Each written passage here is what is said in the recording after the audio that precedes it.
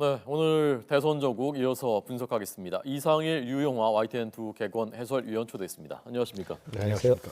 반기문 전 총장이 오늘 박근혜 대통령하고 전화 통화한 것은 어떻게 해석하셨습니까? 사실 조금 늦었죠. 이제 12일 날 반기문 전 총장이 귀국을 했는데 오늘이 이제 5일째입니다. 5일째 만에 대통령한테 이제 인사를 한 셈인데. 좀 늦었다고 보셨군요. 원래 뭐 정상적인 상황이라면 돌아오자마자 그래도 대한민국 국민으로서 유엔 사무총장직을 이제 10년간 수행하고 네. 다시 이제 한국인의 한 사람으로 돌아오는데 당연히 뭐 대통령한테 가장 먼저 인사 귀국 보고를 하는 것이 정상적인 절차일 텐데 지금 이제 탄핵으로 인해서 이제 직무정지 상태가 되어 있고 여러 가지 그런 상황들 때문에 좀 고심을 했던 게 아닌가 생각이 됩니다. 그렇지만 뭐 그렇다라고 해서 이제 뭐 대통령이 직무정지 상태라고 해서 그런 아예 인사조차 하지 않는 그런 인간적 도리를 외면할 수도 없고 뭐 그런 어떤 여러 가지 고민 속에서 조금 시간을 두고 아마 대통령께 인사를 한 게 아닌가 생각이 됩니다. 예, 저는 예상보다 좀 빨랐다고 생각했는데 어떻게 보셨습니까? 그것을 지금 이상일 의원께서 말씀하신 대로 의례적인 것이냐, 아니면 과거에 이제 관계가 워낙 깊었으니까 유엔 사무총장과 한국의 대통령 그런 속에서 인간적인 관계로서 전화를 한 것이냐라는 부분의 해석은 이미 대선 주자로서의 이미 뭐 행보를 하고 있지 않습니까? 네네. 정치인 반기문으로 국민이 보고 있다라는 사실인 것이죠. 그래서 특히 워딩 중에서 뭐 안타까운 일이다, 잘 대처하기 바란다 이런 워딩을 했기 때문에 예. 그건 또 이렇게 해석하면 이럴 것 같고 저렇게 해석하면 저렇게 해석하기 때문에 네.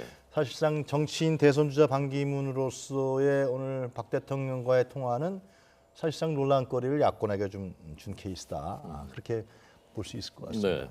천안함 기념관을 방문을 했고 그래서 안보는 만약이 없다. 라고 했네. 다시 한 번이 없다고 했나요? 그리고 박근혜 대통령하고 통화하고 그러니까 우선 보수부터 다지려는 것이냐 그런 생각을 많은 분들이 했을 것 같거든요. 반기문 전 총장의 그 귀국 후 행보나 메시지를 보면은 그런 어떤 정치적인 대선과 관련해서 행보했던 선들을 좀 나눈 게 아닌가 싶습니다. 예를 들어서 이제 안보 부분에 대해서는 확실하게 그 뭐 안보의 어떤 중요성, 위중성들을 이렇게 강조하면서 그런 부분에 대한 어떤 본인의 생각들을 확고하게 표방을 하면서 동시에 이제 정치적인 측면, 뭐 정치권과의 어떤 이제 관계 소통 문제라든지 내지는 여러 가지 이제 국가 비전 이런 부분에 대해서는 조금 더 폭넓은 예를 들어서 뭐 어떤 이념 지형에 갇히지 않는 그런 광복 행보를 하겠다 이렇게 두 가지 트랙을 한꺼번에 가져가는 거 싶은데요. 뭐 꼭 이렇게 보수층을 먼저 의식했다라기보다는 그런 안보 부분에 대해서만큼 확고한 어떤 입장들을 밝히면서 좀 차별화에 나선 게 아닌가 생각이 됩니다. 네, 안보는 두 번 다시가 없다라는 발언을 했고요. 광주 가구 5.18 민주묘지 가고 조선대에서 강연하고 그 행보도 또 한다면서요? 그러니까 반기문 총장의 성향은 보수적인 성향으로 이미 인식되어 있는 거 사실이고요. 실제로 반기문 전 총장의 과거 행적을 봤을 때도 뭐 진보적인 정치인은 아닌 게 분명한 것이죠. 근데 보수적 성향의 정치인인 것은 분명한 것 같고요.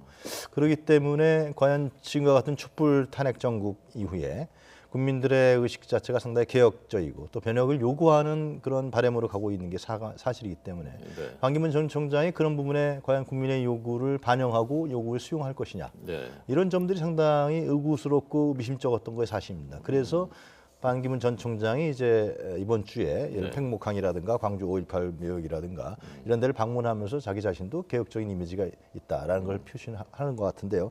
저는 굉장히 그 부분이 반기문 전 총장의 대권 행보에 가장 중요한 축이 될 거라고 생각합니다. 그러니까 이번 대선에서의 대통령은 이런 탄핵과 전국과 촛불혁명 전국이 있었기 때문에 보수층에 기댈 때 과연 대통령이 될 수 있겠느냐. 그건 상당히 의심의 여지가 있을 수밖에 없는 것이죠. 과연 이런 국민들의 요구를 어떻게 반영하는 대통령이 되느냐. 이 부분이 중요하기 때문에 반 총장이 과연 어떤 스텝을 가져갈 것이냐. 그냥 이미지로 가져갈 것이냐. 아니면 정말 한국의 대한민국 개혁을 위해서 자기 자신이 성향을 분명히 보여줄 것이냐. 이 문제는 이제 차이가 클 거라고 생각합니다. 네. 자, 지금 저희가 그 자막으로 보여드렸습니다만 앞서 김병영 기자가 말씀드린 대로입니다. 삼성의 공식 입장이 조금 전에 나온 겁니다. 이해하기 어렵다. 특검의 결정은 영장 청구는 이해하기 어렵다. 그리고 대가를 바란 지원이 아니었다. 법원이 잘 결정해 주길 바란다. 그러니까 영장 실질심사에서 잘 법원이 결정해 주길 바란다라는 그 입장이 조금 전 공식적으로 나왔습니다. 문재인 전 대표의 그 사드 발언에 대해서 오늘 박원순 시장도 비난을 했던데 양쪽에서 협공을 당하는 모양새입니다. 사드 문제가 문재인 전 대표한테는 계속해서 좀 이렇게 걸림돌이 되는 모양새인데요.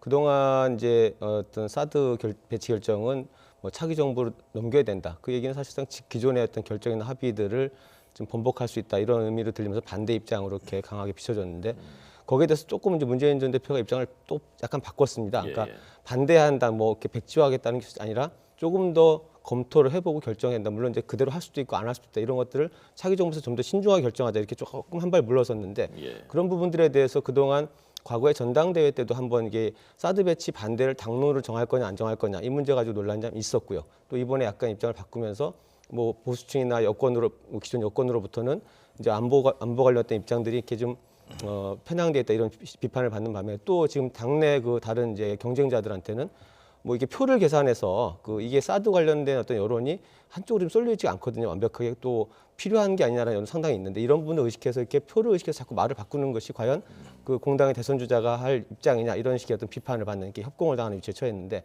계속 그 걸림돌이 좀 되는 것 같아요. 네, 어떤 스탠스, 어떤 입장을 취하는 게 바람직하다 보셨습니까, 유 박사님? 그러니까 박원순 시장이 지적한 거는 사드 배치 문제는 효용성을 갖고 따져야 되는데 왜 당신은 그 문제를 효용성 거론을 하지 않고 자꾸만 정략적이고 정치적인 행보를 보이느냐 이런 거 아니겠습니까? 그러니까 문재인 전 대표가 이번에 언론과 인터뷰에서 한 것도 결국 강행하는 것도 아니고 취소한 것도 아니고 좀 애매모호한 스탠스랍니다. 이것은 이제 지금 현재 사드를 둘러싸 사드 배치 문제는 국민들이 인식에는 안보라고 생각하고 있단 말이죠.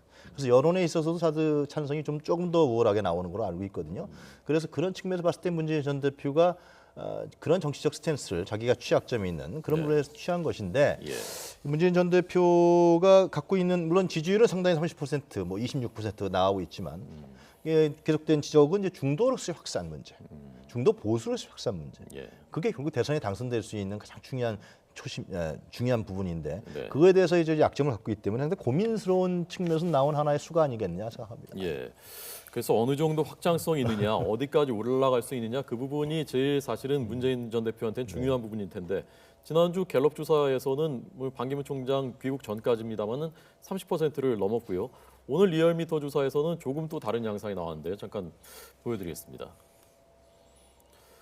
문재인 전 대표가 전주에 비해서 물론 오차 범위입니다만은 26.8에서 26.1로 소폭 떨어졌고 반기문 전 총장은 21.5에서 역시 오차 범위입니다만은 22.2로 약간 올라간 양상.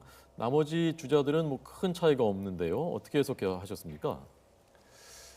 일단 뭐 전체적으로 큰 변화가 나타나지 않는데 이 조사는 이제 주간 집계 조사입니다. 그래서 일주일간의 조사를 쭉 합쳐서 그 통계를 낸 거기 때문에 반기문 전 총장의 귀국이 목요일이었거든요. 그래서 이제 귀국 이후에 어떤 메시지들이나 이런 효과들이 충분히 반영되지는 아직 조금 이른 조사로 보이고요. 또 문재인 전 대표 쪽도 그 동안에 특별하게 이렇게 주목할 만한 이슈는 없었습니다. 예를 들어서 이제 오늘처럼 이렇게 사드 논란이라는 이런 것들이 다시 점화되면서 반기문 전 총장의 귀국 이후의 행보 메시지와 또 문재인 전 대표의 스탠스 이런 것들이 과연 국민들이 어떻게 받아들여질 것이냐 이런 부분들은 조금 더 지켜봐야 될 것 같은데 어쨌든 지금 생각보다는 반기문 전 총장은 귀국 컨벤션 효과라고 하죠. 그 자체는 그렇게 크게 나타나지 않은 것 같고요. 아직 이 조사로만 본다면 또 그런 측면에서 그렇지만 뭔가 이렇게 약간 이제 그 기존에 좀 벌어지던 흐름에서 좁혀질 수 있는 여지가 상당히 보이는 그런 결과가 아닌가 생각이 됩니다. 지난주에 일주일 조사하고 반기문 총장이 목요일 그 저녁에 귀국했기 때문에 아직 완전히 반영되지 않은 숫자다. 이 두 사람의 격차에 대해서 유 박사님 어떻게 보세요? 저는 반기문 전 총장의 지지율이 당분간은 그렇게 크게 오르지 않을 거라고 생각합니다. 그 이유는 문재인 전 대표를 좀 비교해서 말씀드리면 우리가 알 것 같은데 문재인 전 대표가 이렇게 계속 1위를 차지하는 이유는 촛불 정부에서 나타난 국민들의 바람, 개혁적인 요구 이런 부분을 문재인 전 대표가 받아들여서 대권으로 가지 않겠냐 이런 거하고 두 번째로는 야권 인사들 중에서는 그 당선 가능성이 가장 지지율상으로서 높은 거 아니냐. 그래서 이 부분이 계속 몰려가는 거거든요. 결국은요. 반면에 반기문 전 대표는 보수적인 인물로 과거에 이제 박근혜 대통령 오늘 전화도 했습니다만은 이러한 보수적 성향이 아직도 있다고 생각하기 때문에 반기문 전 총장이 국내에 한국 내의 어떤 개혁 세력과 결합한다거나 중도 개혁 세력과 결합하지 않는다면은 기존의 반기문 전 총장의 이미지와 어떤 성향을 바꿀 만한 요인은 변수는 별로 없다.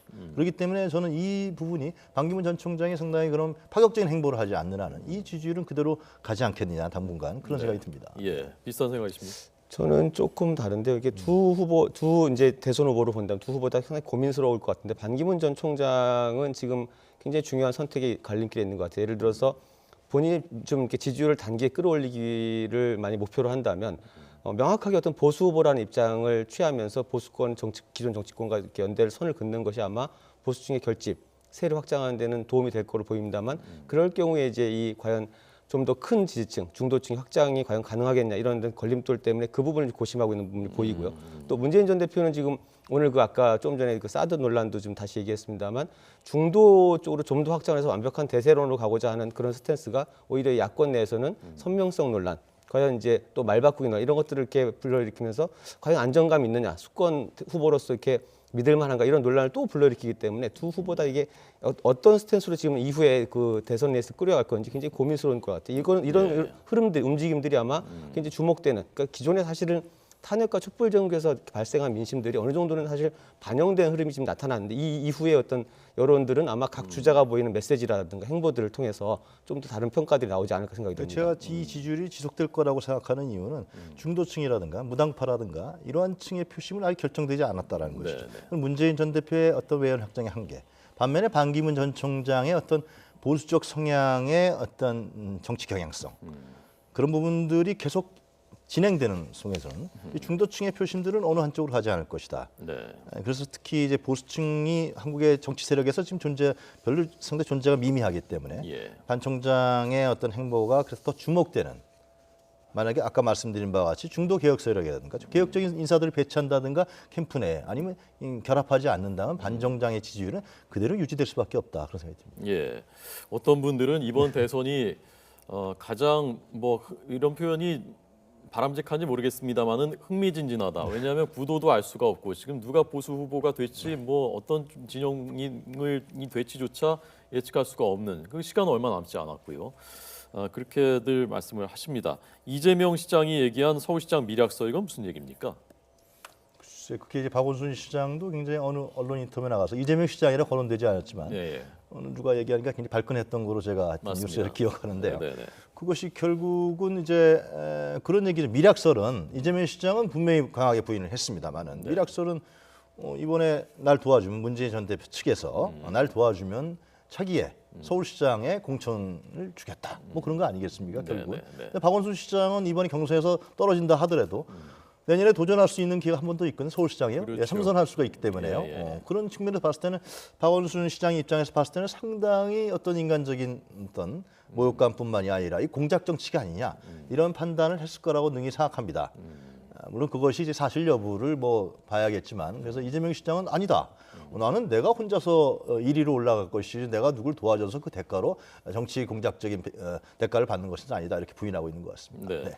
자, 이래서 그 두 분이 공통적으로 말씀하신 게 지금 양강 후보들이 중도를 어느 정도 확장해서 끌어올 수 있느냐 하는 그 부분이 제일 고민인데 거기에 중요한 부분 변수가 국민의당일 수 있는 거 아니겠습니까? 우리가 빅텐트라고 어제 박지원 대표가 얘기했는데 오늘 국립현충원 가서 이승만 박정희 전 대통령 묘소는 참배하지 않고 그러나 아예 안 하겠다고 얘기는 안 하고 다음에 하겠다 이런 것이 아마 많이 고민을 한 결과일 것 같은데 어떻게 해석하셨습니까?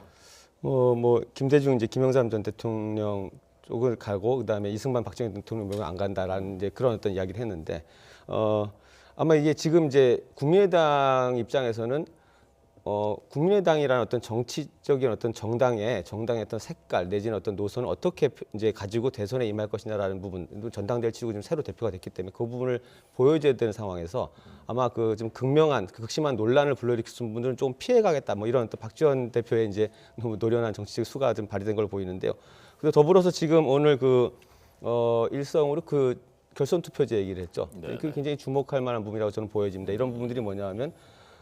당장 이번 대선에 이제 다가올 대선이 뭐 언제 치를지 아직 확실치 않지만 그 전에 뭐 결선 투표제는 이제 개헌 부분에 걸리는 논란이 있는데 그렇게 본다라면은 결국은 국민의당이라는 어떤 그 틀을 토대로 해서 어떤 세력과 연대를 하더라도 결국 나중에 살아남을 수 있는 길을 모색할 때 가장 좋은 방법이 결선 투표제가 됩니다. 결선 투표제는 사전에 어떤 후보와 단일화하거나 연대를 하는 게 아니라 선거 과정을 다 진행하고 나서 연정을 할 수 있는 틀을 만들 수 있기 때문에 그런 어떤 측면에서 본다면은 그 박지원 대표가 전체적으로 이제 국민의당을 어떻게 끌고 가겠다 이런 어떤 그 노선들을 지금 명확히 설정을 한 것 같고요. 중간지대에서 캐스팅 보트 내지는 그 독자적인 어떤 생존의 길을 모색하는 그런 그림들을 다 그려낸 게 아닌가 생각이 되는데. 그러니까 예컨대 어떤 시나리오가 있을 수 있는 겁니까? 결선 투표제가 도입되면 국민의당 입장에서는.